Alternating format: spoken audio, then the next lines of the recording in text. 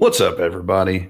As we begin our final unit of the year, I thought we'd start by taking a look at this little peninsula. It's made up of two countries, Chosun and Hanguk.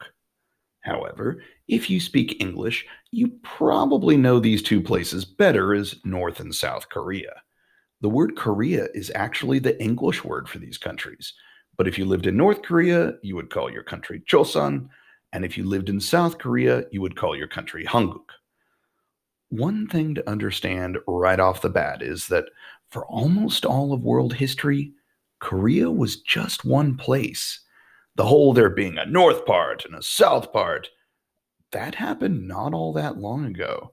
Some of y'all have grandparents who were alive back when Korea was just one single place.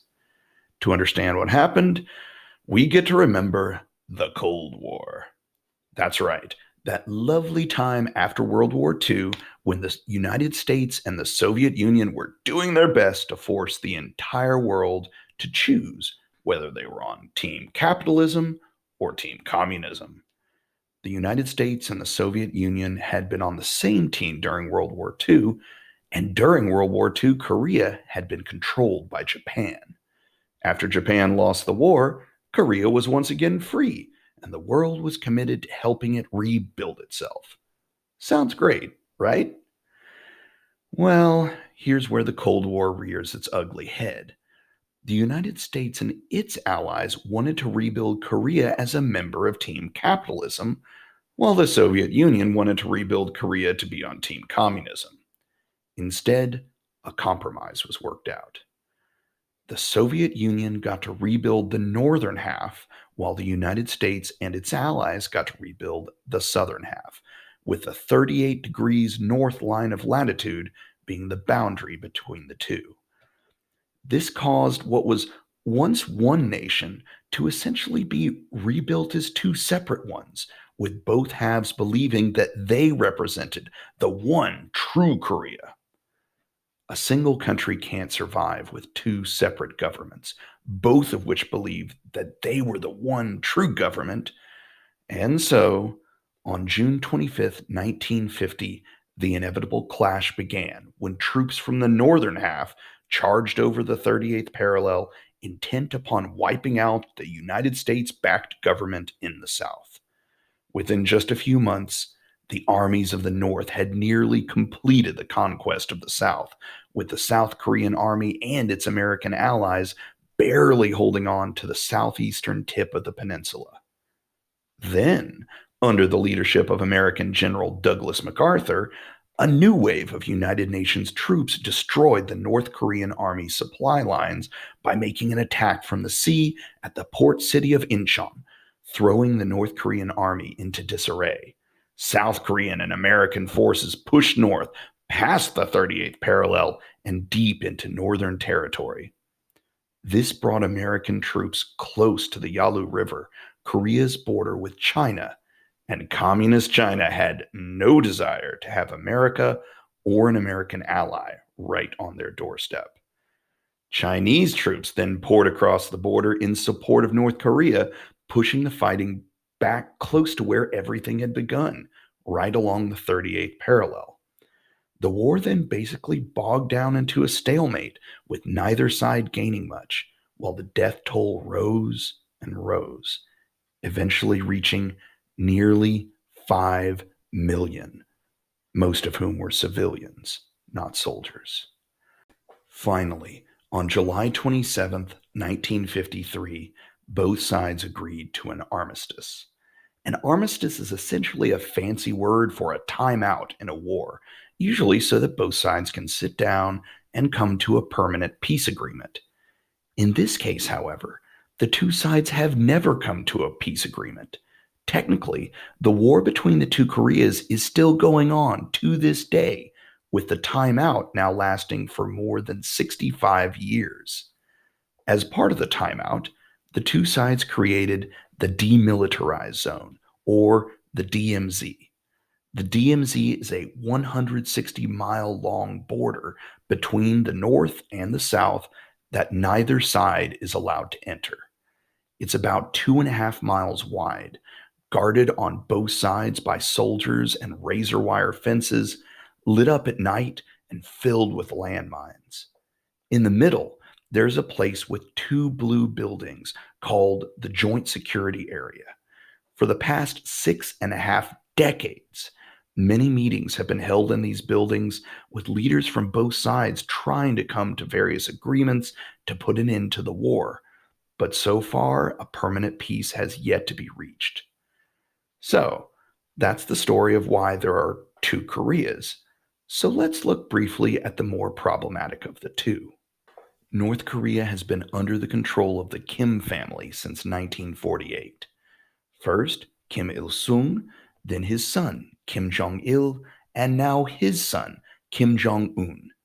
Much of modern North Korea is built around a cult of personality, meaning that the people are taught that only the Kim family is capable of protecting North Korea against the enemies who hate them. The people are told that North Korea is surrounded by enemies, but worst of all is the United States. I've blurred out two pictures from the North Korean Museum of American War Atrocities, but one of them shows American soldiers setting vicious dogs on helpless North Korean civilians, and the other shows American soldiers getting ready to burn a North Korean baby with a red hot poker. Just so we're super clear on this point, these are not things that actually happened, but they are a part of the story that North Korea has continuously taught its people to justify the near absolute control that the government has over the lives of its people. North Koreans are taught that the entire world, led by the United States, hates their country, and only the Kim family can keep them safe and lead them to prosperity. Anyone who questions these teachings may find themselves locked up in re education camps and subjected to treatment I can't even discuss here.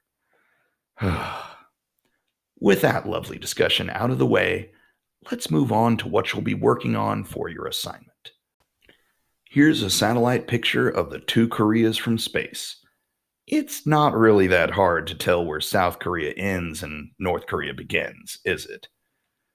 I'm going to ask you to do a bit of comparing and contrasting between the two Koreas, and we're going to do that based on pictures taken by this man, Dieter Liesner. He was a German photographer who was given special permission to enter North Korea and take pictures of some of its public spaces. He was escorted around the country by armed guards who held on to his camera, and if he saw something that he wanted to take a picture of, he would ask for permission. If his guards thought it was a picture that would make North Korea look good, they would hand him his camera, let him take the picture, and then take the camera back. At the end of each day, government officials would review each picture and delete any that they thought might make North Korea look bad. So, bear in mind, the pictures of North Korea that we're going to see are the ones that show the country at its very best. After leaving North Korea, he freely traveled around South Korea and took pictures that he felt matched up with the ones he took in North Korea. We'll look at some of these picture pairs. In all of them, North Korea is on the left and South Korea is on the right. Ready? Here we go. The subway. Ladies crossing the street. A restaurant with a view. This one has a quick story. That restaurant in North Korea was completely empty except for the father and the daughter you see in the picture.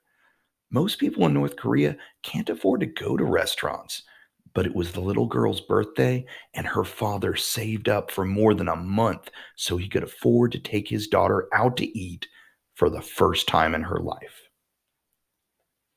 University life. In other words, people in college. Taking a break. These are people hanging out outside the place they work. Outside the city. Pyongyang is really the one big city in North Korea, and once you step outside of it, it can feel like you've stepped a few hundred years into the past.